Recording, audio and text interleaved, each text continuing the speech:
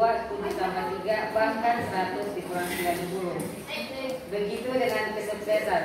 Untuk mencapai kesuksesan tidak hanya dengan satu cara.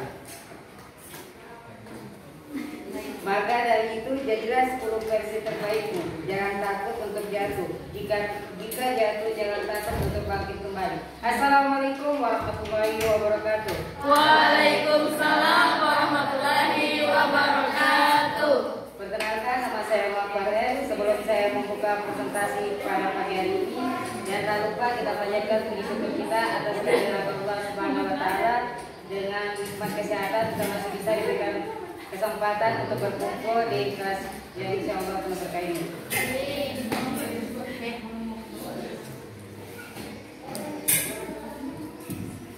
Dan tentang aksi cabul dari oknum pelanggaran HAM dan penegakan HAM di Indonesia.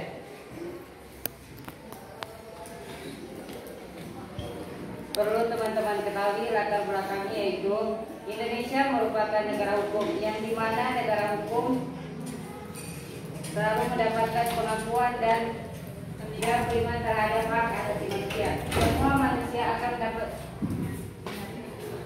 sosial, ekonomi, dan kebudayaan,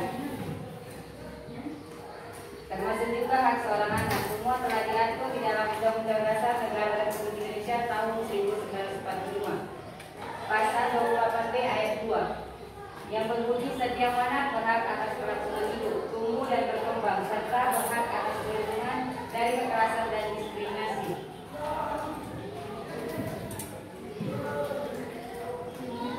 Dapat terlihat jelas bahwa di negara Republik Indonesia dijamin adanya perlindungan hak asasi manusia berdasarkan ketentuan hukum dan bukan kemauan seorang atau golongan yang menjadi dasar kekuasaan. Di Indonesia sendiri, hak asasi manusia sebenarnya tidak dapat dipisahkan dengan Piagam Indonesia yang tergantung dalam Pancasila dan Undang-Undang Dasar Negara Republik Indonesia tahun 1945 yang dinyatakan dalam pembukaan Undang-Undang Dasar Negara Republik Indonesia. Kemerdekaan adalah hak segala bangsa. Adapun rumusan masalahnya, yang pertama, apa saja bentuk aksi cabul dari oknum yang tidak bertanggung jawab yang sering terjadi? Yang kedua, apa faktor penyebab pelanggaran HAM? Yang ketiga, bagaimana upaya penegakan HAM di Indonesia?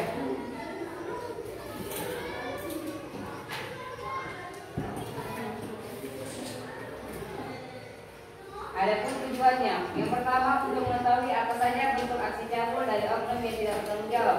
Yang kedua, untuk mengetahui faktor penyebab pelanggaran HAM. Yang ketiga, untuk mengetahui bagaimana upaya penegakan HAM di Indonesia. Dan manfaatnya, yang pertama dapat menambah pengetahuan dan wawasan tentang aksi cabul dari oknum yang tidak bertanggung jawab. Yang kedua, dapat menambah pengetahuan tentang wawasan faktor penyebab pelanggaran HAM. Yang ketiga, dapat menambah wawasan mengenai bagaimana upaya penegakan HAM di Indonesia.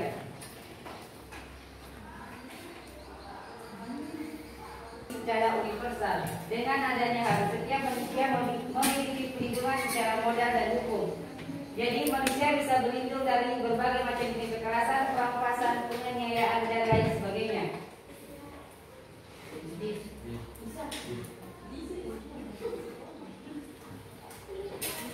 Bahasa Indonesia KBBI, hak asasi manusia adalah hak yang dilindungi secara internasional seperti hak hidup, kemerdekaan, menyampaikan pendapat, dan sebagainya.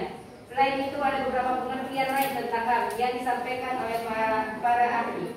Yang pertama, ada Peter R. Menurut HAM adalah hak dasar yang sudah ada dalam setiap manusia yang digunakan untuk perkembangan diri. Hak dasar itu memiliki sifat mutlak dan tidak bisa digabungkan. Yang kedua ada menurut Jerome. HAM merupakan suatu hak yang diberikan Tuhan untuk manusia yang terdiri dari hak persamaan, kebebasan, serta hak untuk mempertahankan hidup dan untuk melindungi hak asasi manusia yang bersifat seksual dan gender. Aksi cabul ini sering melibatkan pelecehan seksual, kekerasan seksual, dan eksploitasi terhadap individu atau kelompok tertentu, terutama perempuan dan anak-anak. Hal ini menjadi masalah serius karena tidak hanya melanggar hak individu, tapi juga menciptakan trauma psikologis yang mendalam.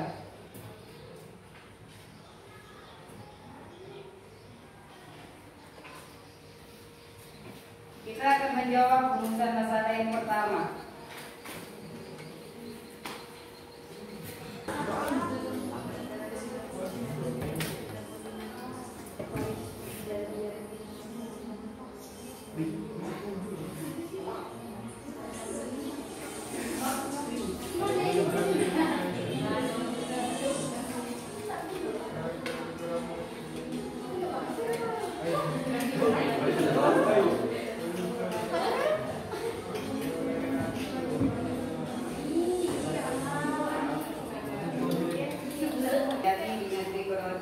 Yang paling rilisnya adalah mahasiswa yang paling rilis itu Komputer Pesan Baik yang berusia 1 tahun. Itu adalah mahasiswa di Kota Kupang, Nusa Tenggara Timur. Mereka memperkosa bayi berusia 1 tahun. Tersangka melancarkan aksinya karena melakukan video porno. Kebetulan yang menggendong bayi tersebut. Dan yang selanjutnya ada oknum polisi berinisial AK yang bertugas di Polsek Tanjung Pandan, Kabupaten Belitung, Bangka Belitung, melakukan aksi pencabulan terhadap wanita anak di bawah umur. Mirisnya pencabulan oknum polisi ini dilakukan di kantor Polsek Tanjung Pandan saat korban hendak melaporkan kasus pemerkosaan yang dialaminya. Kita lanjut ke masalah yang kedua. Apa faktor-faktor yang mempengaruhi pelanggaran HAM? Faktor yang mempengaruhi pelanggaran HAM itu ada 2, faktor internal dan eksternal. Yang pertama itu adalah faktor internal, jadi pertama sikap egois atau terlalu mementingkan diri sendiri dapat terpenuhi. Yang kedua, rendahnya kesadaran hak asasi manusia, seperti orang yang memiliki sikap tidak mau tahu. Sikap yang tidak mau tahu akan muncul perilaku dan tindak penyimpangan terhadap hak asasi manusia. Yang ketiga ada sikap tidak toleran. Sikap seperti ini dapat menyebabkan saling tidak menghargai, bahkan tidak menghormati atas kedudukan atau keberadaan orang lain. Selanjutnya kita melanjutkan ke faktor eksternal, yaitu faktor-faktor di luar diri manusia yang mendorong seseorang atau kelompok orang melakukan pelanggaran HAM, di antaranya sebagai berikut. Yang pertama, penyalahan kekuasaan. Yang kedua, ketidaktegasan aparat penegak hukum. Yang ketiga, penyalahgunaan teknologi. Yang keempat, kesenjangan sosial dan ekonomi yang tinggi. Masalah yang ketiga, apa upaya penegakan HAM di Indonesia? Berikut beberapa contoh upaya yang telah dilakukan. Yang pertama, pembentukan Komnas Hak Asasi Manusia.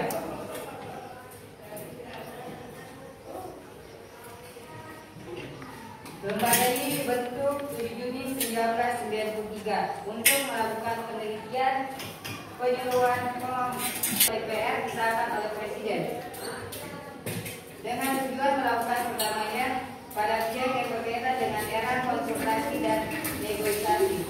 Yang kedua, ada pembentukan instrumen hak asasi manusia. Peraturan ini diciptakan agar jaminan hukum dan arahan proses penegakan hak asasi manusia bisa berjalan dengan baik.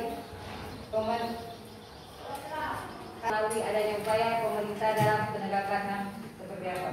Yang menyadari bahwa penegakan HAM bukan hanya tentang tanggung jawab negara, tetapi juga masyarakat secara keseluruhan. Masyarakat yang sadar akan pentingnya HAM akan lebih mampu mencegah pelanggaran dan melakukan tindak yang melanggar hak asasi manusia. Oleh karena itu, pesan publik, media, dan organisasi masyarakat sangat penting dalam memperjuangkan dan melindungi HAM.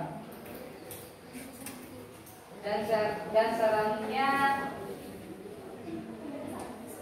pentingnya HAM baik melalui pendidikan formal maupun kampanye sosial. Pemahaman yang baik tentang HAM akan membantu masyarakat lebih peka terhadap pelanggaran yang terjadi di sekitar kita. Jika ada pertanyaan, kritik, boleh disampaikan. Oke, luar biasa. Kasih aplaus dulu buat Akbar. Luar biasa.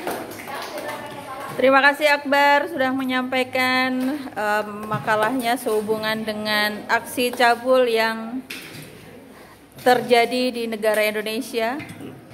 Kalau dilihat dari kasusnya, kita miris sekali ya. Negara Indonesia ternyata banyak sekali kasus-kasus intinya itu sesuatu hal tabu yang harusnya orang-orang lakukan, tetapi justru menjadi aksi yang di luar kemampuan kita. Ternyata banyak sekali kasus yang seperti itu, karena memang hal-hal yang seperti itu tidak bisa disampaikan secara publik gitu ya. Maksudnya itu kan hal-hal sehubungan dengan kepribadian gitu kan, kepribadian. Jadi dan ternyata justru menjadi masalah nasional yang luar biasa menakutkannya. Oke, dari yang disampaikan sama Akbar tadi, kira-kira dari kasus tersebut adakah upaya dari pemerintah yang secara nyata dan bisa berdampak nyata gitu dengan adanya kasus tersebut yang Akbar ketahui, apa kira-kira yang sudah dilakukan untuk para pelaku dan juga korban? Misalnya korban itu kan itu rata-rata tadi disampaikan di bawah umur ya, itu di bawah umur semua. Itu yang Akbar tahu gitu dari kasus-kasus yang ada, kira-kira tindakan nyata dari pemerintah atau penegak hukum di Indonesia apa salah satu saja untuk supaya kita semua di sini tidak terlalu khawatir dengan hal tersebut, khawatir yang berlebihan. Boleh kita khawatir, tetapi ya tidak perlu berlebihan, takutnya malah menjadi terganggu psikologi. Tapi ada baiknya salah satu contoh misalnya dari Akbar yang dari beberapa kasus yang Akbar tadi sampaikan, apa kira-kira tindakan pemerintah yang nyata saja? Oke. Dari beberapa kasus itu, kalau para pelakunya didapatkan hukuman sebesar 15 tahun penjara, yang bagian pemerkosaan. Oh gitu ya. Termasuk yang tadi di NTT itu, ngeri sekali kan? Ya, itu juga sudah ditangani oleh penegak hukum. Maksudnya sudah ditindak hukumannya gitu. Oke, luar biasa. Ya paling tidak dari hal tersebut kita belajar lah ya. Belajar untuk lebih berhati-hati. Berhati-hati. Kadang-kadang malah orang-orang yang seperti ini adalah orang-orang terdekat. Innalillahi. Nauzubillah min dzalik ya. Intinya pemerintah tidak diam ya dengan adanya hal-hal tersebut, asal korban mau speak up atau berbicara gitu ya, secara menyampaikan gitu ya. Ya. Oke, terima kasih Akbar. Atau ada yang lain mau memberikan tanggapan? Cukup ya. Oke. Terima kasih Akbar, silakan ditutup. Sekian presentasi saya. Jika ada kesalahan mohon dibicarakan baik-baik, bukan malah pergi mencari yang lebih baik. Ada. Iya. Jangan punya upaya. Ada. Upaya hidup tanpa kasih. Oke. Cukup sekian dari saya. Wassalamualaikum warahmatullahi wabarakatuh. Oke. Ya. Ibu balas pantunnya Bang Akbar. Ubur-ubur ikan lele. Terima kasih, Le. Waalaikumsalam warahmatullahi wabarakatuh. Salam sejahtera bagi kita semua. Yang saya hormati Ibu Supardiani SPD selaku guru mata pelajaran PPKN dan teman-teman sejawat saya, perjuangan saya yang saya banggakan. Pertama-tama marilah kita panjatkan puji syukur kepada Tuhan Yang Maha Esa karena pada pagi hari ini kita diberikan kesempatan untuk hadir di sekolah dengan bahagia, sehat, dan pastinya berkumpul dengan teman-teman yang bisa membahagiakan kita pada hari ini. Salawat serta salam tak lupa kita haturkan kepada junjungan Nabi Agung Muhammad SAW yang telah membawa kita dari zaman jahiliyah menuju zaman Islam ini. Pada kesempatan yang baik ini, saya ingin mengajak teman-teman sekalian untuk berpikir kritis, sedikit berpikir kritis, memikirkan negara kita, yaitu negara Indonesia. Dalam judul Rintangan Indonesia Maju dalam Bingkai Keterbatasan Infrastruktur Pemerintah. Pertama-tama saya tidak ingin menjabarkan presentasi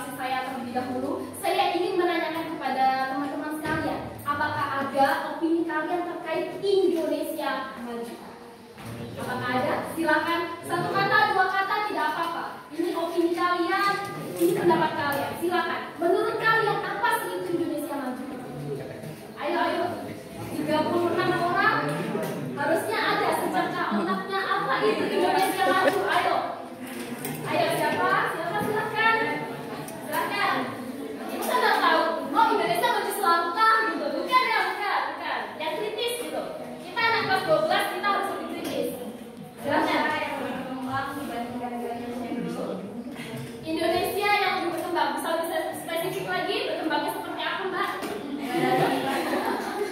Mulai dari infrastrukturnya, terus zamannya, generasinya, dari Gen dari Gen Z, terus sekarang Gen. Oke. Terima kasih kepada oleh Pak Bisa yang telah menjabarkan sedikit terkait Indonesia maju. Sudah betul terkait pemaparannya bahwa Indonesia yang lebih berbeda dibanding Indonesia yang dulu, yang artinya lebih berkembang. Kita masuk kepada latar belakang kita, yaitu negara kita adalah negara berkembang. Negara berkembang, kita belum maju ya, kita hanya negara berkembang. Terus kapan majunya? Suatu pertanyaan yang sangat rancu untuk kita tanyakan kepada negara kita sendiri. Bukannya seperti itu? Ya. Negara berkembang yang saya negara berkembang adalah negara yang memiliki pendapatan per kapita rendah dalam proses pembangunan ekonomi serta proses industrialisasi. Biasanya negara berkembang ini ciri-cirinya tingkat pendidikan, kesehatan, industrinya itu masih rendah, masih minim. Apakah pendidikan Indonesia sudah bagus? Belum. Ya, maka dari itu negara kita belum dapat didefinisikan sebagai negara maju. Karena itu tadi pendapatan kita masih rendah, industri kita masih bisa dibilang masih stabil. Alasan kedua saya buat ini yang latar belakang kedua yaitu infrastruktur negara kita belum bagus. Infrastruktur negara kita masih sangat minim, bisa dikatakan ya. Kita pembangunan jalan kita saja belum merata, masih ada yang becek kan. Instansi masih ada yang bocor. Ya, betul itu. Saluran irigasi juga belum banyak, waduk-waduk belum banyak, banjir masih sering melanda, iya kan? Banjir masih banyak kan, apalagi di daerah Kampung Baru sampai tidak bisa sekolah.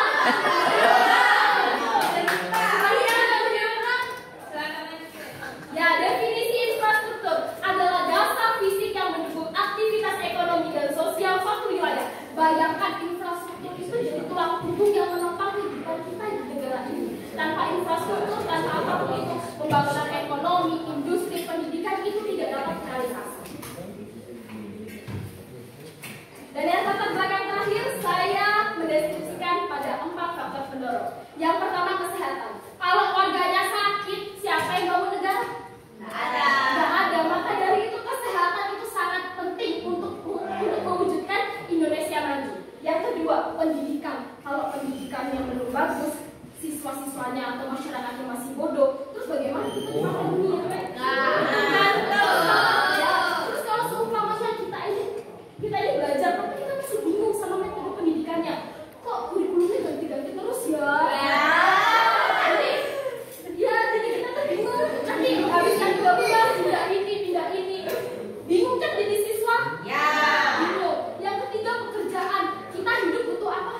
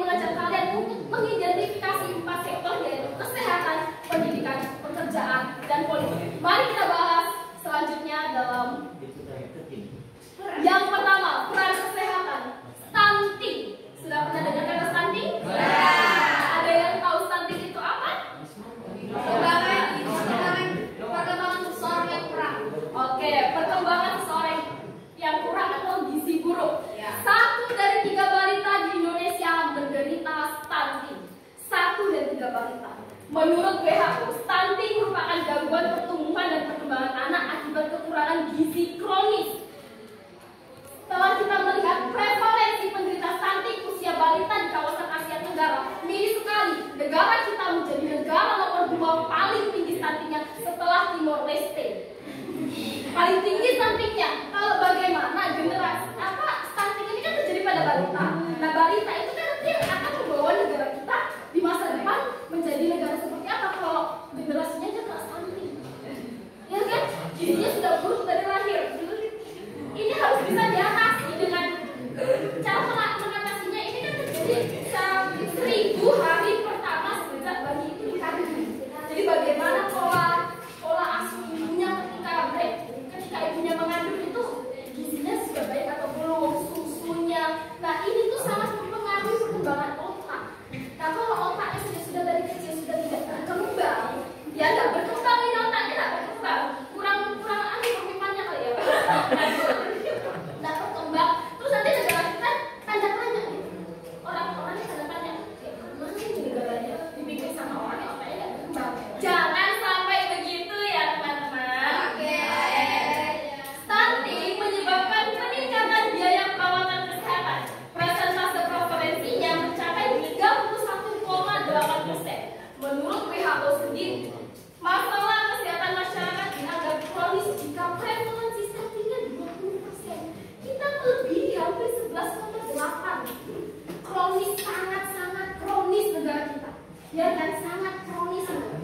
Sudah level bawah rendah. Lanjut saya mau. Berarti masih siap kali ya? Ulang lagi, masih bahas stunting saya.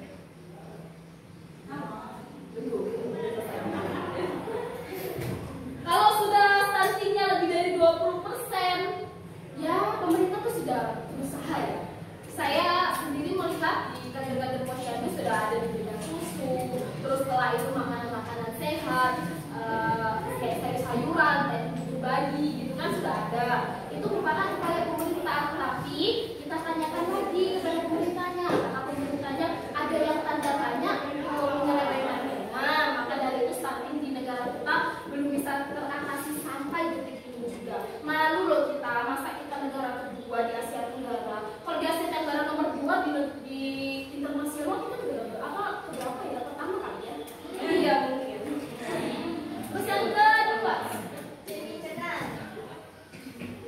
krisis dokter. Anak MIPA mau jadi dokter.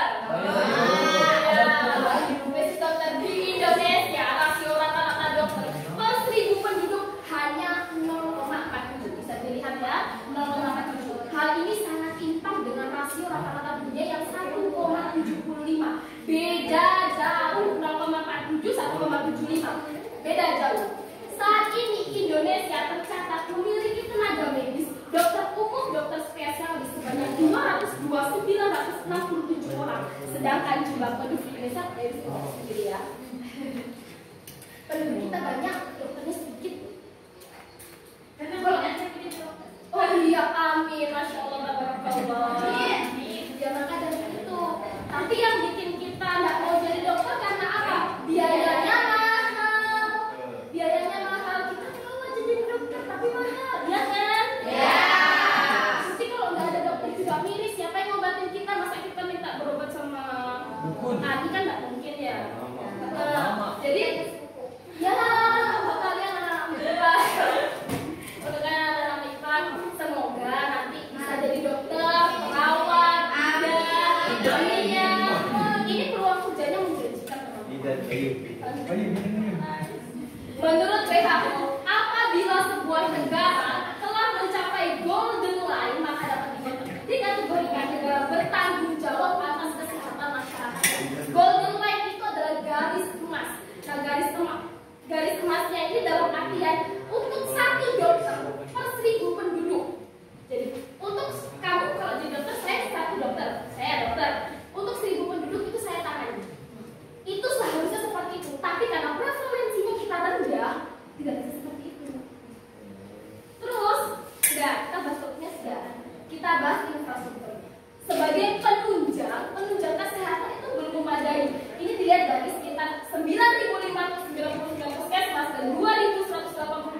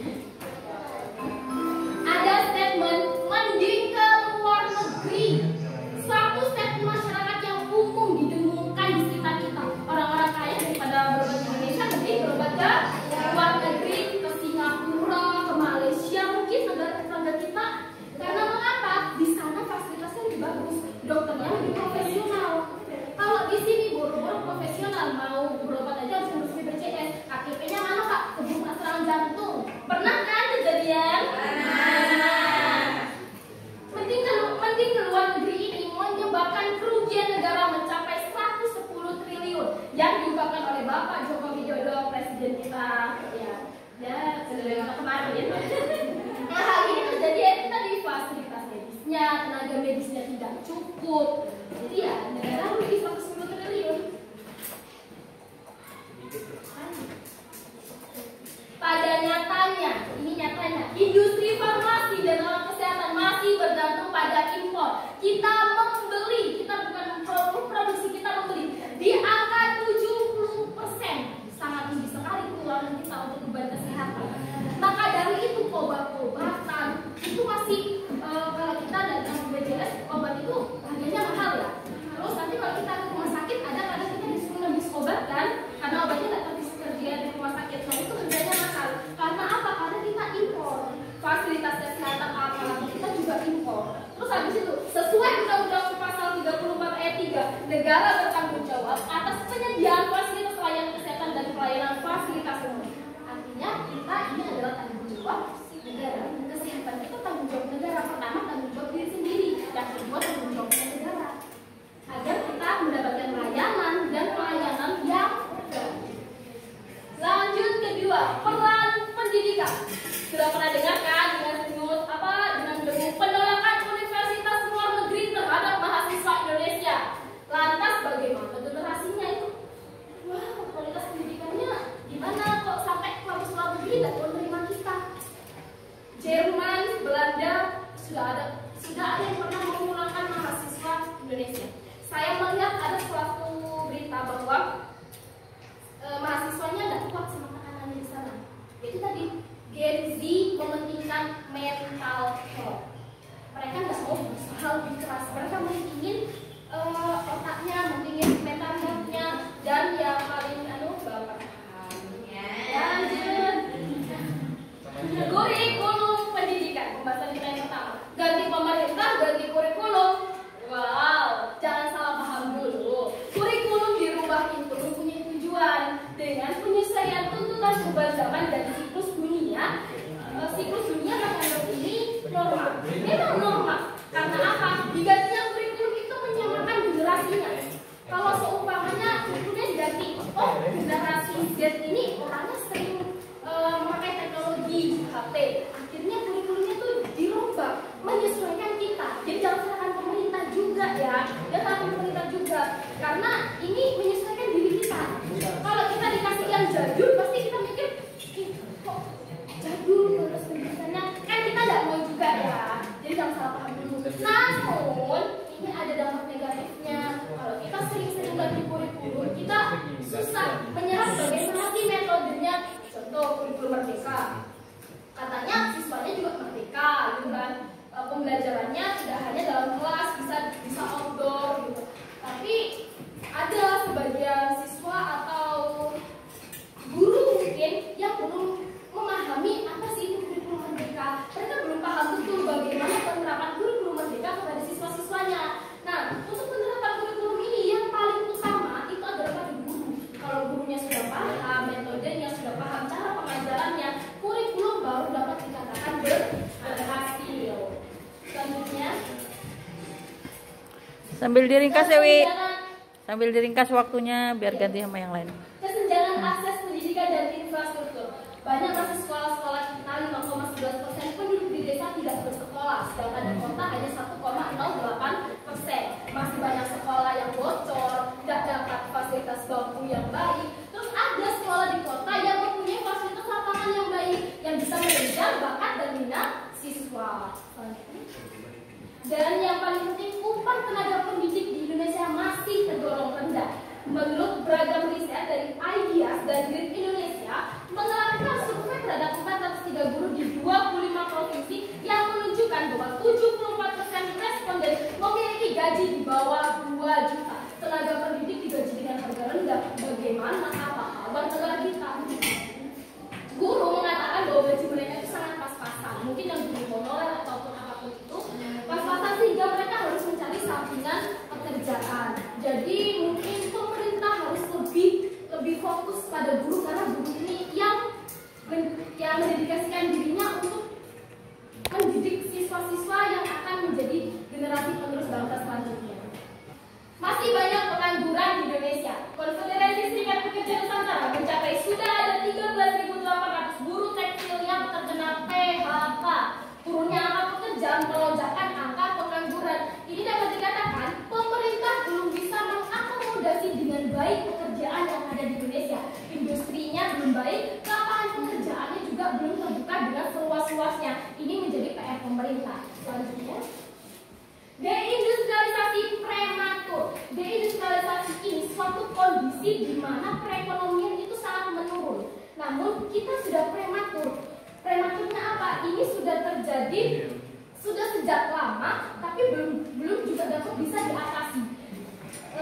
Menurut jadi pembelajaran bagi pemerintah, harusnya sudah ada solusi. Terus setelah itu ada menurut laporan UNDEP 2023 menyebut bahwa deindustrialisasi pendidikan, ekonomi, industri, mereka semua mengatur lini kehidupan kita. Menurut filsuf Yunani kuno Aristoteles dan Plato, politik itu dijalankan dan dijadikan panduan dalam hidup untuk mencapai masyarakat politik yang baik.